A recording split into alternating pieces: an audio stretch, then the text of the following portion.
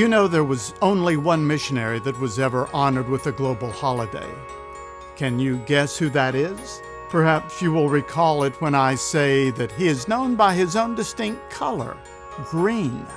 Yes, it's St. Patrick, of course, the missionary to Ireland. Patrick was born in AD 373 along the banks of the River Clyde in what is now called Scotland.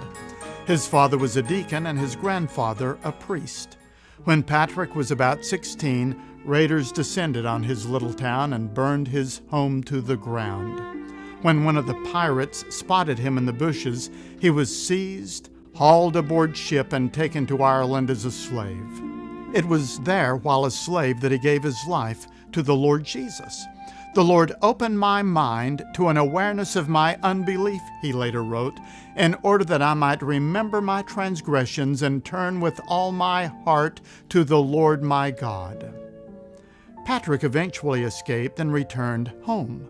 His overjoyed family trusted that he would never leave home again. But one night, in a dream reminiscent of Paul's vision of the Macedonian man in Acts 16, Patrick saw an Irishman begging him to come and evangelize Ireland. It was not an easy decision, but Patrick, then about 30, returned to his former captors with only one book, the Latin Bible, in his hand. As he evangelized the countryside, multitudes came to listen. The superstitious Druids opposed him and sought many times to put him to death, but his preaching was powerful, and Patrick became one of the most fruitful evangelists of all time, planting about 200 churches and baptizing 100,000 converts. Patrick's answer to God's vision produced a work that endured, and several centuries later, the Irish church was still thriving. People of God there were producing hymns, prayers, sermons, and songs of worship. In the 8th century, an unknown poet wrote a prayer asking God to be his vision, his wisdom, and his best thought by day or night. In 1905, Mary Elizabeth Byrne, a scholar in Dublin, translated this ancient Irish poem into English.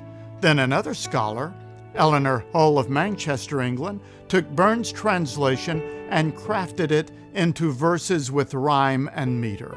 Shortly afterward, it was set to a traditional Irish folk song, Slane, named for an area in Ireland where Patrick reportedly challenged the local Druids with the gospel. It has become one of our oldest and most moving hymns. Be thou my vision, O Lord of my heart, naught be all else to me save that thou art. Thou my best thought, by day or by night, waking or sleeping, thy presence my light.